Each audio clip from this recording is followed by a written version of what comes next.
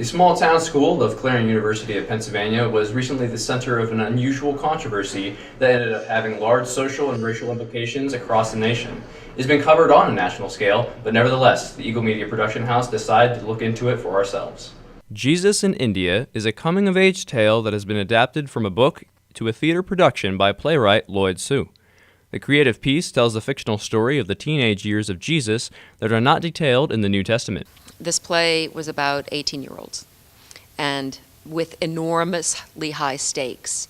This is Jesus at 18 as a rebel. If he doesn't get his act together, we don't have Christianity. So the stakes are very high. Abigail is Jesus' friend from their hometown, Galilee, Nazareth, and she's kind of in love with him. That we think that's why she went along with him.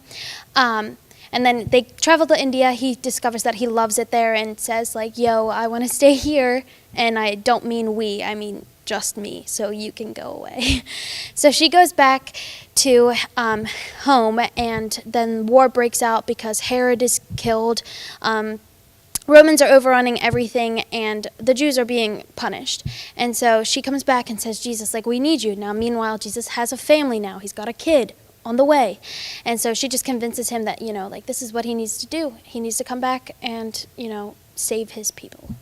With an attention-drawing title and the promise of Clarion University's theater program to make it into an original musical, there was a lot to look forward to for theater lovers, students, faculty, and the Clarion community alike.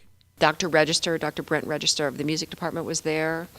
After we read it, I said, what do you think? You think we could make this a musical? I think this could be a really great musical. And he was also excited about the idea.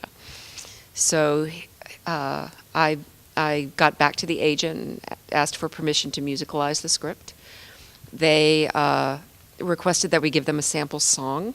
So we recorded a sample song from the show. We wrote the first song of the show and sent it. We received their approval by email. So at the end of the summer, after the score had been written, we requested the rights through the agent.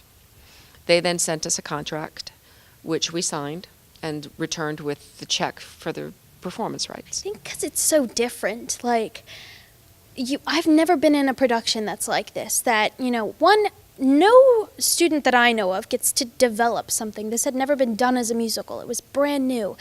And so that was really exciting to get to, actually, have your creativity solely come from you. You have nobody to go off of. And so it was all ours. And so that's what was so exciting about it. Clarion University's production of Jesus in India was supposed to have its opening night on Wednesday, November 18th, but instead the theater space was mostly empty that night. The reason? Clarion University's theater program had respected the creative vision of the playwright, as he had found out about the casting of the production that left him unsatisfied, as some Asian characters were set to be portrayed by white actors.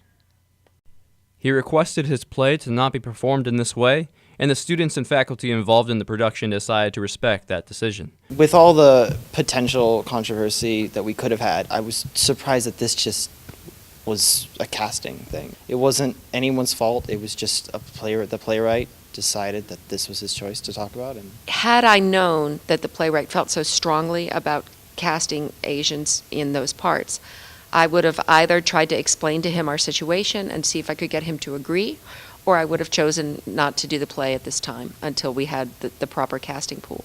I don't think I would change our decision. It's what the playwright stands for, and I respect his decision on what he stands for. If I stood for something that large, I would have the same intent. Nevertheless, they were shocked at the sudden situation and were very disappointed by it. The way I described it was, when you get informed of a death in the family, your heart drops into your stomach, you can't really comprehend anything, and it takes a moment to come back to reality. And that's exactly what happened. We had no idea that this was going to happen, wasn't even a concern, so it felt like a stab to the gut, honestly. My first reaction when Mel brought us all in the lobby and told us that the show was canceled was, this just can't be real. This would never happen to some college production. You don't hear of this much. This doesn't happen to a lot of people in their careers, and to happen, my first show ever as a stage manager, was just crazy. I mean, a lot of us cried because our emotions were just overwhelmed. I was stunned. I was hopeful that we could find a resolution. We asked my department chair to look into contract issues and to contact the agent that we'd been working through to see if we could come to some sort of resolution so that we could perform the play. We offered him a page in the program so that he could explain his point of view and his objections. We also offered to do a speech before each production explaining that he had objections and why, and also why we made the choices that we did, but to no avail. Well, I was really surprised because I knew the production was coming along. People were preparing. In fact, I was going to figure out when I was going to go down and get my tickets, and then all of a sudden, boom, it's being canceled. After the cancellation of this production, the isolated event on a rural college campus exploded into media coverage of a controversy that has social and racial implications at its core. Many have debated about the creative issues creators such as actors, playwrights, and directors must face in touchy situations like this, and this debate has made its way from local papers like the Clarion Call and the Derrick, all the way to the New York Times and the Chronicle of Higher Education. I think the fact that we requested to speak with him shows that we weren't trying to hide anything from him. Mm-hmm.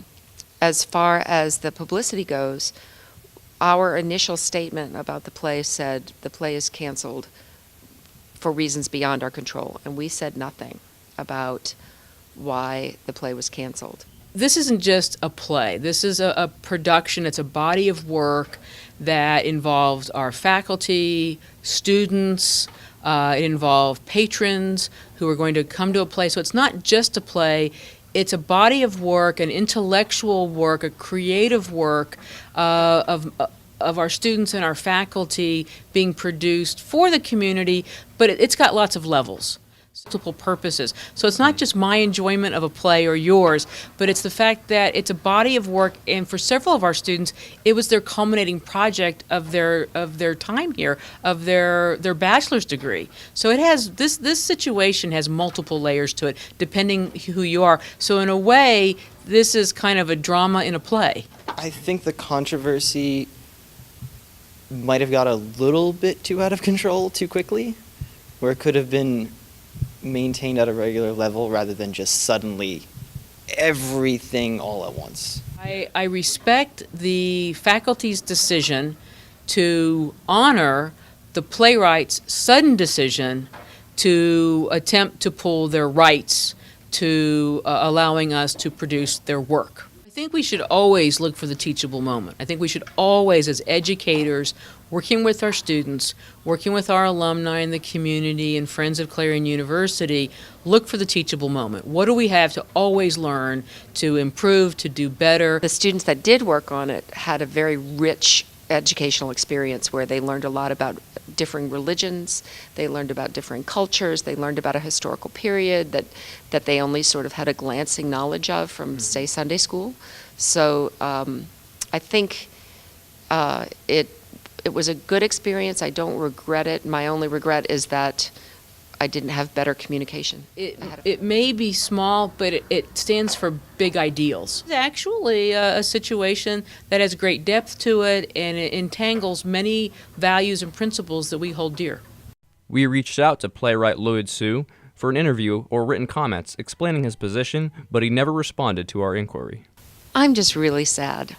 We're sitting here, all of us, in this empty theater that a week ago was filled with artists of all sorts, visual artists, technicians, actors, musicians, doing beautiful work. And I'm so sorry that people don't get to see it. We were supposed to open tonight. This is not what this theater was supposed to look like tonight. So that makes me very, very sad. The Clarion University Theater program still plans on producing some new and exciting shows in the spring semester. For now, though, all of the parties involved in this complicated situation have a chance to sit back, reflect, and learn a thing or two about the entertainment industry and what social issues can seep into that world. So onward, we'll keep moving forward. Thank you for watching Eagle Media's coverage of Clarion Theater's production of Jesus in India and its cancellation. We hope that we provided you the real human element in this story, but also gave you an understanding of the social implications in both the local and national communities.